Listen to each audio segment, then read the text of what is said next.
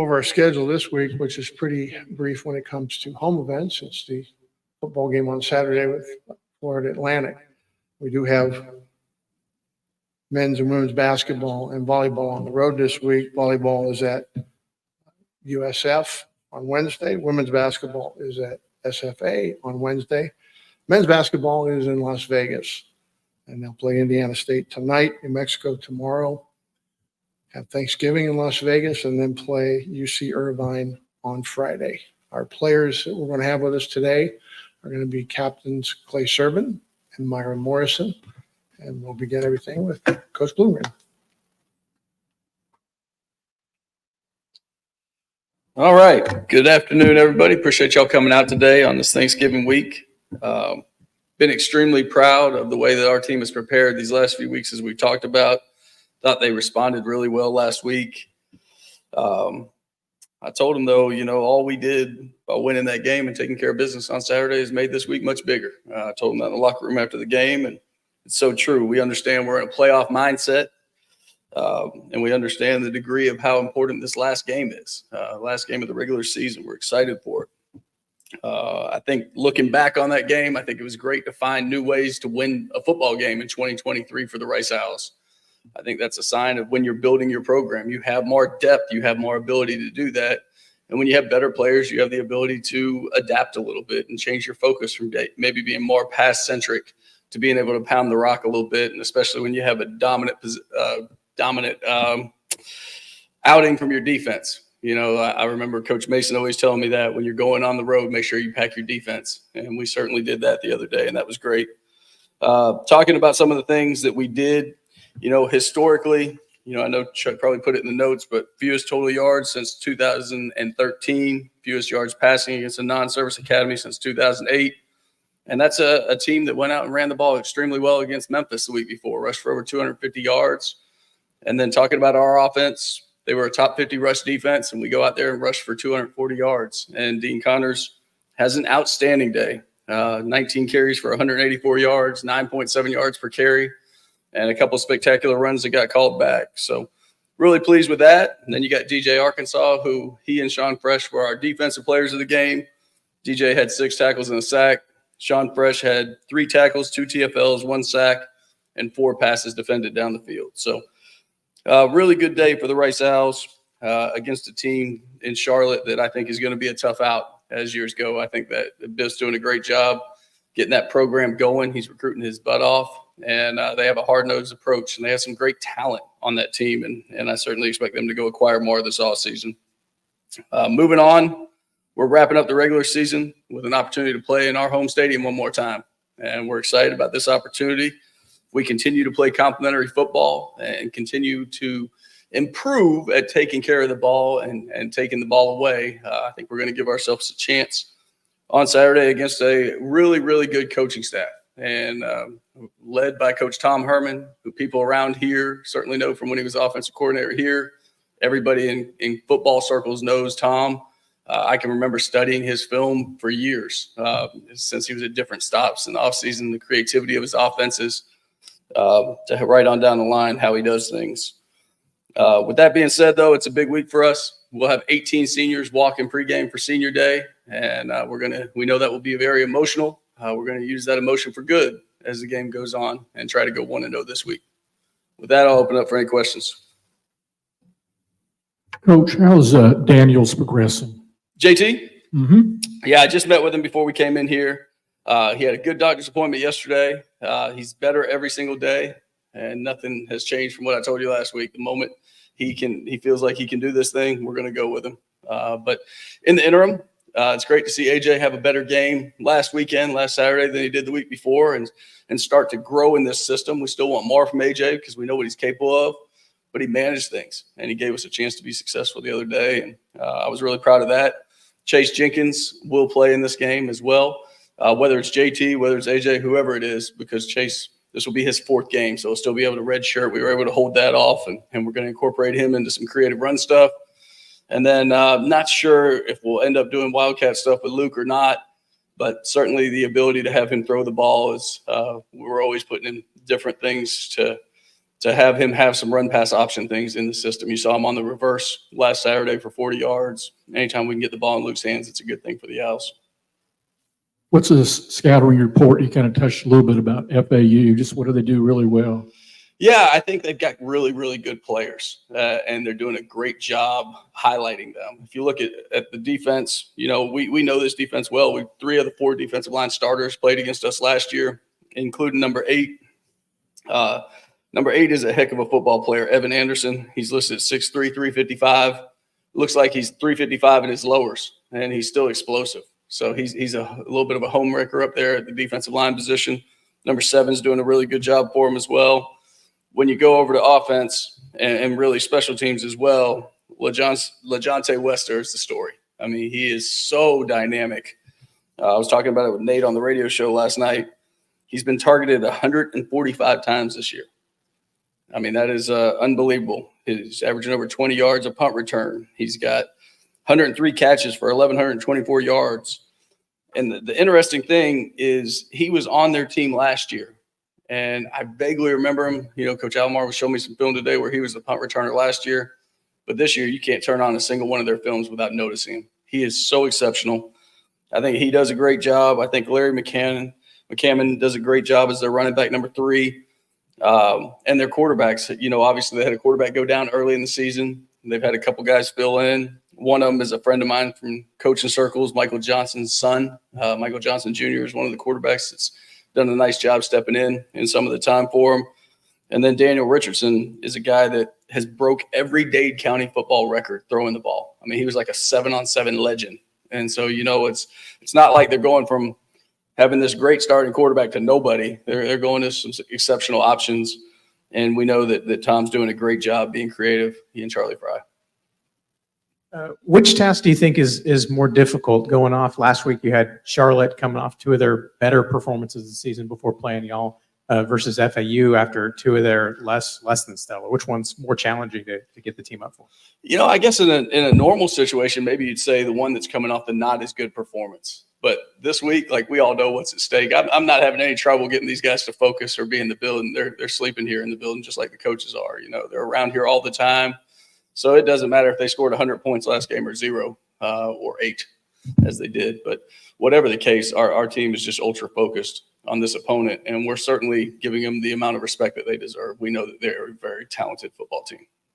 Yeah, with that, do you put any stock into the narrative of they don't have anything to play for or being out for bowl eligibility?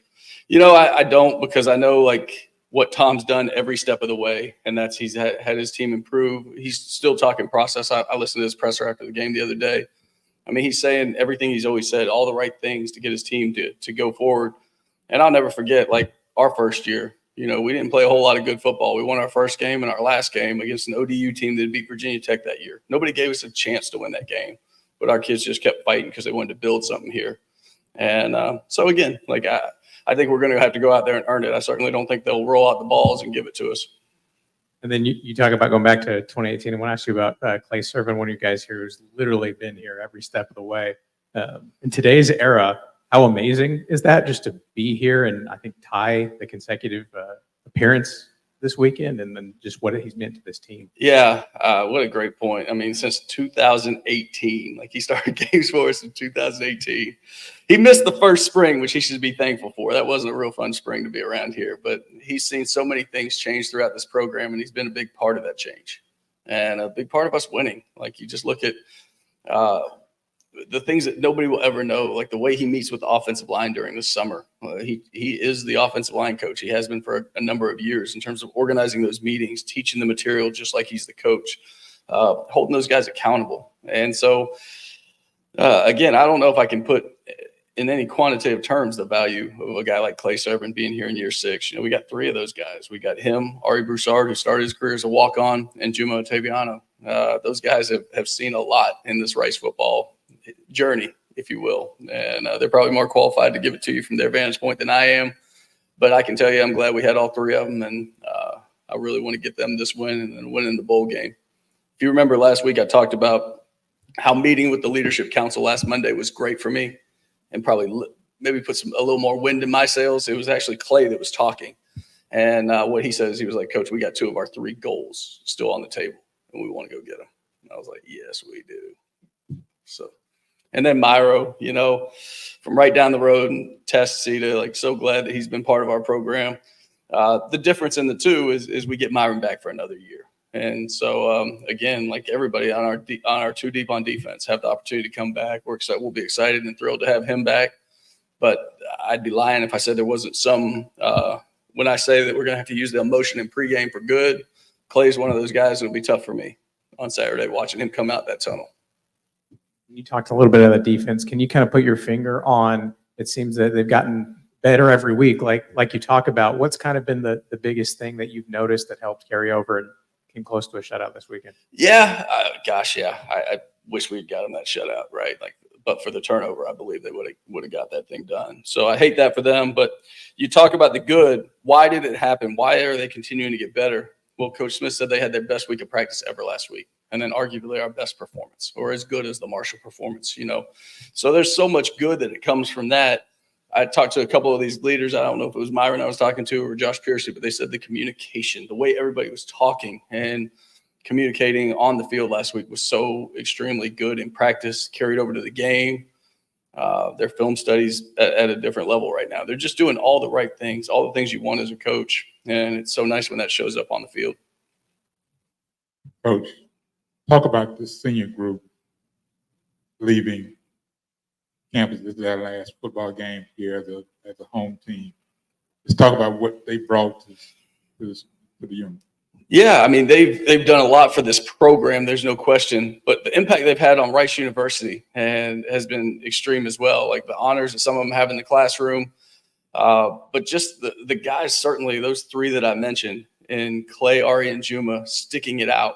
It's so easy to find a way out, to find a ripcord nowadays and just take a parachute to another program, you know, and there's nothing we do in this program that's easy. So when you're, especially those early years, when you're doing everything that you're asked to do and you're still not getting the results, you're not getting paid for your hard work, it's hard to keep going. So those guys are like a model of perseverance that doesn't exist much in this world. Steve, you have any questions?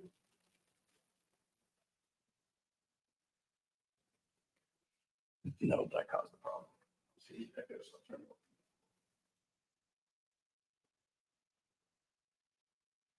Steve, can you repeat your question, please?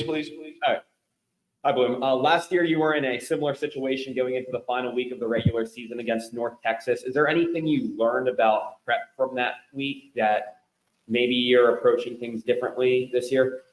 You know, it's honestly not similar at all to me, and I understand why you say that. But it's such a different feel in the building. It's such a different feel of not just having 2 catastrophically bad performances as a football team in all 3 phases like we had going into the North Texas game. Now, we still rallied and we played them tight and we had a chance to win that game. But if you look back at the UTSA game that year and the Western Kentucky game that year, gosh, everything felt different. It was hard to find the hope of how we're going to find first downs and win this game. Like we were trying to will ourselves as coaches and will this team to just do their jobs enough to find a way, and they almost did. This is completely different in that we have played pretty good football all year, and we understand what's at play with this one, and we're going to go out there and try to get this dub, and that's why we're preparing the right way. We've got, obviously, the similarities would be AJ starting the game, right? But it's not his first collegiate start ever. It's his 5th, and although it's not his 20th, it's his 5th, and got a lot better from his 3rd to his 4th, and I expect him to do the same this week. And then on AJ, 4th down last week, he was impeccable on some of those plays. So what is it about AJ where even in a game where he has some mistakes, where you can just have that faith on him in 4th down and he has that confidence to deliver? Yeah, I think that, man, he really was good. You know, those 2 throws on that last drive on 4th down were awesome. And I think, number one, when AJ knows to go with where he wants to go with the ball, his arm talent is elite and he can put it where he wants to.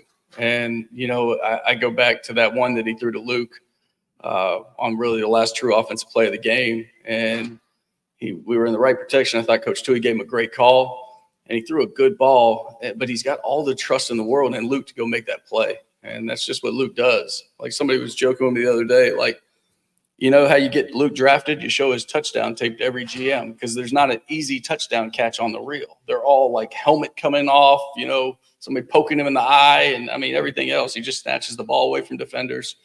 But so again, going back to AJ, the situation called for that to be the right call to go for it on 4th down. The look they came out in was a man look. And so to take the ice and throw that ball up on the good throw, that was great to see. And then the last thing I had is you touched a bit on Clay, but the 2 running backs, Juma and Ari. 1, is Juma available for this game? And 2, just what's it like those 2 sharing the running back room for 6 years now and having varying, sometimes Juma's got more minutes, sometimes Ari's got more minutes, and over time? Yeah, I think that's a better question for them. But what I always hear about that running back room is how tight they are and how supportive they are.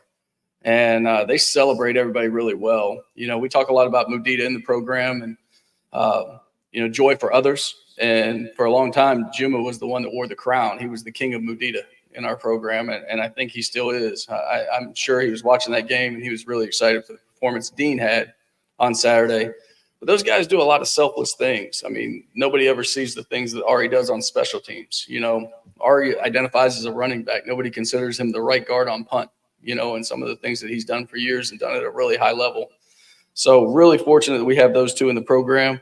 And to answer your question, Juma will be back, as will Elijah Maharo this week. So those guys will practice today and should be good to go for this weekend. Thank you. All right. Thank y'all. Go Owls.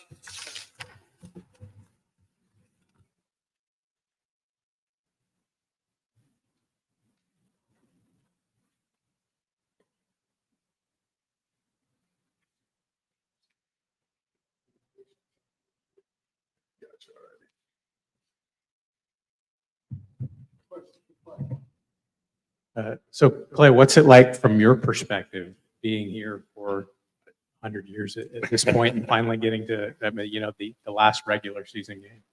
To be completely honest, I haven't put a whole lot of thought into it. I've been really, Coach Smith has a great phrase, be where your feet are.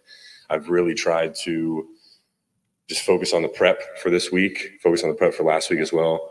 Just get the offensive line, especially the guys that are kind of within my frame of control, just make sure we're as prepared as possible, that we have every protection look, every run adjustment locked down. That's sort of how I've been, avoiding that thought process. I do think it's going to be emotional during the game. This is my 6th year, and this is the final home game. So going back all the way to 2018, there's been a lot of ups and a lot of downs. A lot of good moments and a lot of bad moments in the stadium, but I'm so extremely blessed to have been here for all 6 years and to have a guy like Coach Bloomgren sort of mentor me and coach me through life as well as football. So I think all in all, it's going to be a lot of joy, a lot of happiness, and I'm going to do my absolute best to make sure that the offense and the offensive line is as prepared for this game so we can go 1-0. And for that O-line group, you talked about highs and lows, kind of a bumpy start beginning of the year, but the last couple of weeks, you ran all over Charlotte and been able to throw the ball really well. How have you kind of seen that unit gel, and what are they doing so well from your eyes?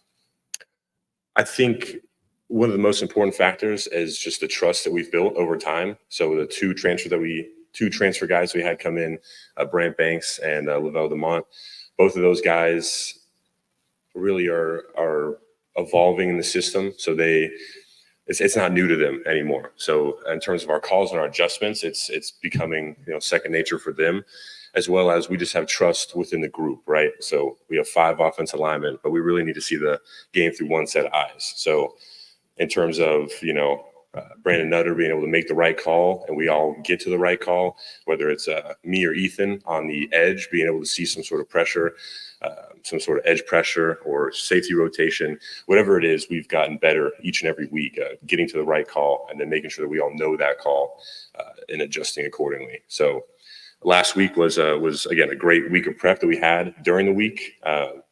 It's something we kind of joke about, but we've had some injuries, as every team does during the season, and we really do get a practice with that starting unit for the entire week. So we're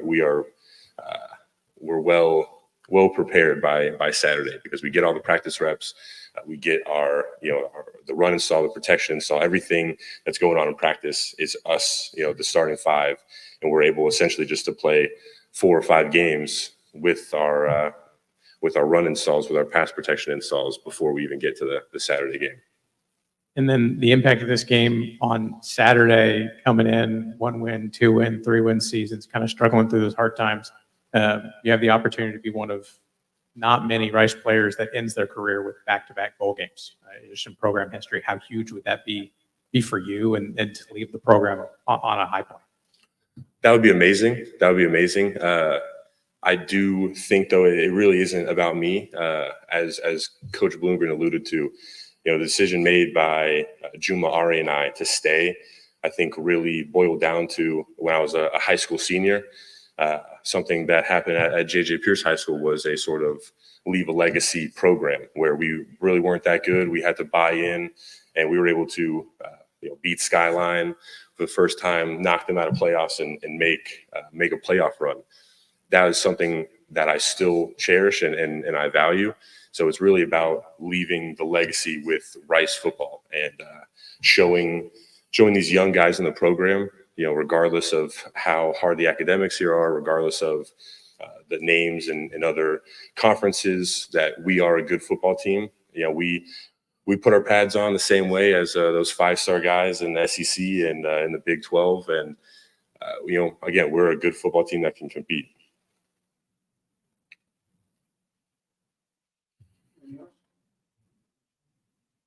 Steve, do you have anything?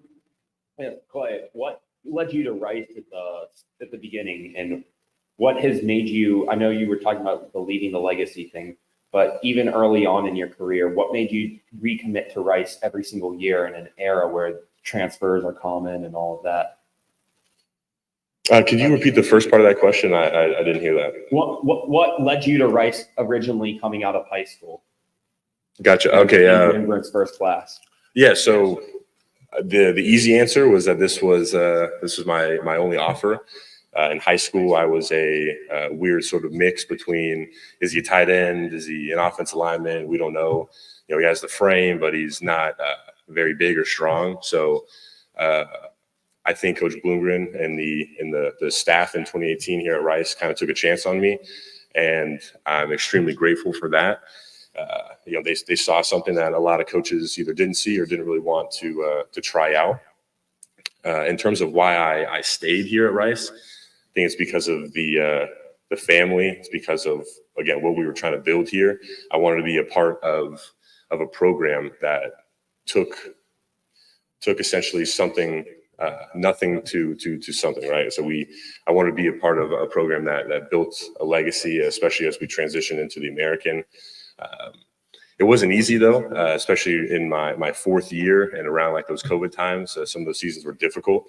I had a lot of hard conversations with coaches on whether or not I was bought in, whether or not like I did want to be here, because losing sucks and nobody likes to lose. And so I really had a difficult time with that. And instead of sort of working on myself or putting it aside for the betterment of the team, I was just selfish and just had a bad attitude. And a lot of the coaches were like, "Hey, man, this guy gave us some great years, but it's time to get somebody new in here that wants to be in here." So I had a difficult decision to essentially internally to see if I could actually change and be part of the change. So I've had a lot of off seasons kind of working on myself, working on how I am as a leader, how I can affect the team positively. And I think it's been absolutely amazing to spend my time here at Rice and to kind of see the evolution that I've had as well as the team and the program. And you referenced growing as a leader there. Rice has a recent tradition of having very long tenured linemen. You had Shea, you had Clarkey. What are some of the things that you took maybe from those guys who graduated prior that you kind of applied to yourself? Goodness. That's a difficult question because both of those young men are just incredible. Shea and Clarkey were kind of the definition of lead by example. They we talk about it as, the offensive linemen in the NFL, they coin themselves as the mushroom society, the mushroom community, because they're able to thrive on, the darkness and the grime. And Shea and Clarkey, through thick and thin, if we were winning or not, if they were injured or not, they just put their head down and they went to work.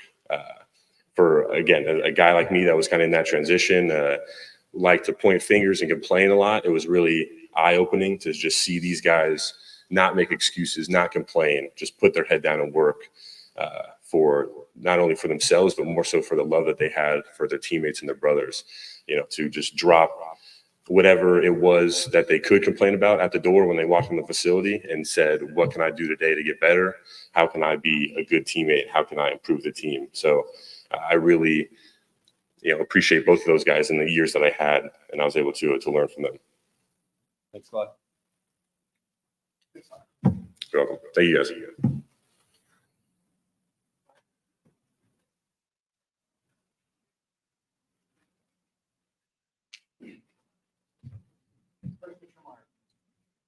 Yeah, Myron, you guys had such a great defensive effort last game. How much did you guys, I mean, you want to get the shutout. I mean, were you guys thinking about that and kind of how disappointing it was just to give up that last touchdown? Right. I mean, we definitely knew that was a thing we could accomplish, getting that shutout. Overall, looking back at that situation in the game in general, we were more just proud of how well we fought for the whole 4 quarters. So it was an unfortunate situation and getting in the position to, not complete the shutout. But that's not really the stain that hung over the game afterwards. Yeah, because you guys played, every part of the game was pretty good, offense, defense, special teams. When you look at the numbers that Charlotte had as far as their total yards, what they were averaging on the season, and, you guys just pretty much shut them down. They, I guess, was less than half or whatever what they were getting. I mean, what were you guys doing right? What was going on? We were more sound in our run fits, definitely. So stopping the run, going into that. Every Tuesday morning, we actually look at the average yards per carry and then compare it to our weeks past on where we've met on that, of how many we've allowed. And that was a big point of emphasis coming from Coach K this week. Looked at it this morning as well. So that was something that in the past has just been a result of not sound run fits, not sound gap defense. And that was definitely a big point of emphasis that we wanted to harp on going into Charlotte. How exciting is it, the fact that one regular season game left and there's so much at stake? It's just not, you're not playing out the string or anything. There's so much on the line. Right. I mean, we definitely know what this game means, but at the same time, we're focusing on the steps instead of the result of it. So still approaching it the way we would approach every other game we've played this year, with just recognizing what it does mean at the end of the day. And what can you say about DJ Arkansas, kind of his growth and the big game he had on Saturday? Right. I mean, I think everybody in this building is just so proud of DJ, what he's overcome in this program, what he's battled through, and how he's been able to come out when his number was called and just perform. And, he's out there recognizing things, recognizing plays. He's a very instinctive player, and it's really been fun out there playing with him, communicating on the field, seeing things before they happen, and then watching him go run around and make the play. And then somebody asked Bloom earlier about the similarities from last year to this year versus y'all kind of struggling down the road last couple games last year versus specifically the defense, kind of how well you think you've played the last month or so. How big is that for you to kind of see that proof of concept validation as you go into a must-win game like this? I mean, it just shows the resilience of this defense. Not everything will go your way in a football game. And I think the biggest difference between last year and this year is when stuff does hit the fan, the quickness in which we respond to it and the quickness in which we can put that in the past and go next play with it. And then what are you seeing looking forward ahead at FAU? So I got a kind of the quarterback uncertainty, but some talented skill guys. Right. I mean, like Coach Bloom mentioned, there's playmakers across that offense, across the field. Obviously, like you mentioned, in the receiver room, but it's still the same, stopping the run and everybody doing their job as far as what their domain is on the field. So the QB uncertainty, approaching it the same way. And then talked about focusing on the process, but What would it mean for you as just a part of this journey to be able to bring Rice to back-to-back bowl games? You have that in your realm of possibility.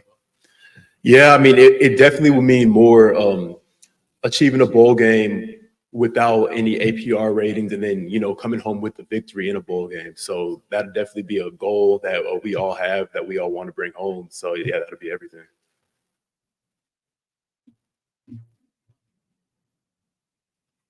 You guys have anything?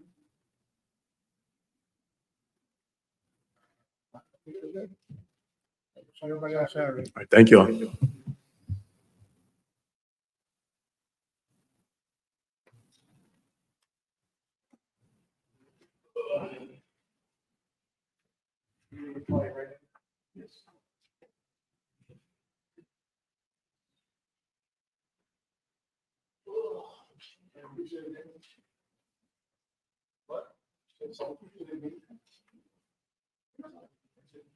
you. I know those words will come out. Of course, of course. Thanks for that. I'm doing well. My view is on it. Hey, thank you too. Thanks for coming. You've been a great audience.